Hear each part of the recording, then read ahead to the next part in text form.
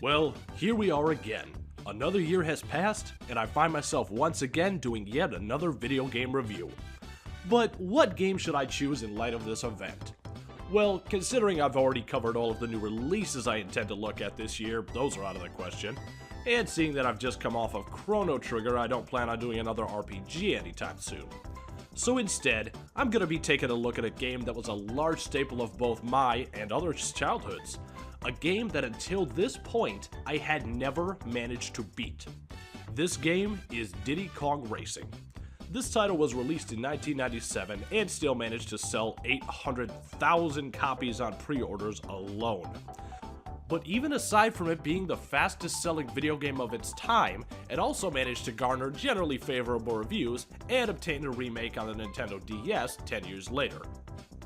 But here I am, 15 years after its initial release, looking back on Rare's first venture into an N64 racing title. So, does one of the most popular titles of my generation still hold up today, or does it deserve to be left in the bargain bin beside such classics as Quest 64 and Glover? Yeah, I played those. Well, if you've learned anything in these past 2 years, it's that I won't answer that question right off the bat, so let's race on and find out. Now, despite this being a racing game, it actually does have a storyline to it. This game takes place on an island inhabited by Timber the Tiger. Timber's parents left for vacation, allowing Timber and his friends to race around the island. However, this fun is soon soured with the arrival of an intergalactic pig wizard named Wizpig. You heard me. Wizpig then forces the 4 guardians of the island to do his bidding through dark magic, thus claiming the island for himself. The only way for our heroes to stop him? Why, by competing in elaborate races, of course. So, can our heroes regain Timber's Island and defeat the evil known as Wizpig? Well, that's all up to you, of course. Now, some of you may be thinking, but I thought this was Diddy Kong Racing. Who is this Timber character? Well, as it turns out, initially this game wasn't supposed to involve Diddy Kong at all. In fact, this game was in the works as RC Pro-Am 64. However, once Miyamoto got involved in the project, Diddy ended up as the title character. The developers just didn't change the storyline in spite of this fact. You also may be thinking, but this storyline is completely nonsensical. And in that respect, well, you'd be right. This game starts off in the central hub of the island. Once you explore the island, you will begin to find golden balloons. These balloons will unlock the entrance to 4 separate worlds, 5 including the secret world. From here on out, the racing begins. Each world has 4 separate stages. Each stage will either be played with the standard cart, a hovercraft, which is generally used for water stages, or a plane, which can be used for any stage really. In order to progress through each world, you must complete each race and finish in first place. After doing this, you will unlock a special boss race. These races will pit you against a Triceratops, a walrus, an octopus, and a dragon. Each race will either have you beat them to the end of a linear track, or be in first place over 3 laps. But don't think these battles will be easy. The walrus and Triceratops will just attempt to outrun you with their superior speed, not to mention the awkward layouts of the levels. The octopus and dragon, however, will rely on obstacles already placed on the course, along with placing obstacles in your path to prevent your success. Once you defeat these bosses once, you must then race through each course again, but this time things will be a little different. Along with just having to finish in first place, you must also collect silver coins scattered across each course. Once you manage to do this, then you get to race against the boss of that world. Again, albeit this time more difficult. Once you manage to defeat all 4 of these bosses twice, you will then be able to face Wizpig for the right to the island. These races on a base level are fairly similar to the Mario Kart games. While racing, you will find boosts to accelerate you forward, along with items to use against your opponents. However, in this game there are only 4 types of items to use and vary depending on the color of balloon you pick up. What is it with this game and balloons anyway? Well anyway, these balloons will grant you the use of a boost, give you rockets to shoot at other drivers, give you a shield, or grant you oil slicks to slow down your opponents. Running over the same colored balloon will enhance your current ability up to 3 times. Also like Mario Kart, you will gain the use of up to 10 separate racers, all with varying degrees of handling, speed, and acceleration. But what you may not know is that this game initially gave the first appearance of Rare's lovable Conker and Banjo. You learn something new every day, it seems. While racing through these tracks, you may find a hidden key.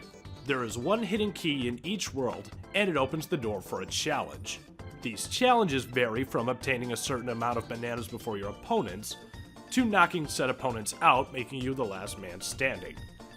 Along with this mode, there is also the trophy race mode, which has you race through all courses of a particular world. Your placement in each race determines the amount of points you gain. If you gain the most points over all 4 races, you are the champion. Completing all silver coin races, challenge modes, bosses, and trophy races will allow you to access the 5th and final world, allowing for you to fully complete the game. Along with the standard adventure mode, you can also play through time trial modes, or play any unlocked track against up to 4 players. Now let's get to the reviewing, shall we? Taking a look at the graphics, these courses showed a pretty good amount of detail for their time. There are some muddy looking textures here and there, but overall everything looks fine. Heck, even the racers themselves look pretty good. Moving on to the gameplay, well, it's both good and bad at the same time. On one hand, learning how each character controls isn't so bad. However, figuring out the layout of each level may take a while to learn. Not to mention, the silver coin challenges require a very specific approach to completing the levels, and this may take you multiple tries to figure out how to go about doing them. But what are really difficult are the boss battles. These bosses will mostly require a large amount of trial and error. Not due to the fact that you need to figure out how to defeat them, but due to the fact that there is usually an extremely specific way to go about doing this. And even the tiniest error can force you to restart and do the entire race over again. And don't get me started on that cheating son of a bitch known as Whizpig. In order to beat this jerk-off, you must hit every boost in the chorus perfectly and make absolutely no flaws in the process. Now you see why I had never beaten this game as a child. Aside from the difficulty, there will be occasional instances where you may clip through the levels, but these were few and far in between. But what does work about this game is its soundtrack. I can't entirely put my finger on it, but Rare's musical staff always manages to do a great job on the soundtrack of a game, regardless if it's about monkeys, bears, or piñatas. So, can I recommend checking out this venture into 64-bit racing? Well, to be honest, there were many other games for the N64, such as Mario Kart 64 and F-Zero X, which were much more polished, and also to be honest, this game can frustrate the holy hell out of you. But what I liked about this game was the rewarding feeling upon completion. Many games nowadays lack sufficient challenge when it comes to completing them, and I'm sorry, but sometimes an achievement unlocked doesn't feel like an achievement at all if I beat a game in 4 hours. So, while this title is nothing spectacular, it is very fun, and sometimes just sitting down and playing a fun game with friends can beat out superior graphics any day. Well, that's all I've got for the review, but before I go, considering this is the 2-year anniversary, I feel it necessary to once again look back over this year and dwell upon what I've learned. Well, first off, I've learned that in order to shoot a zombie, you must stand completely still. I hear it's amazing when the famous purple stuffed worm in Flapjaw Space with the tuning fork does a raw blink on a Harry Carry rock. I need scissors. 61. Sonic games come in all shapes and sizes. Some good, some debatable. When it rains, it pours. People can survive on a steady diet of painkillers and whiskey along with getting blown up, shot, and burned, and still come out on top. Not all vampires suck. There seriously needs to be more games playable with bongos. Despite word of new Star Wars films, I'll take the Old Republic any day. Mating rituals in nature are strange. I fight without honor. To this day, video games can still make me cry. And of course, above all else, I am the hero of time, hero of twilight, and hero of the winds. Thanks for watching, everyone.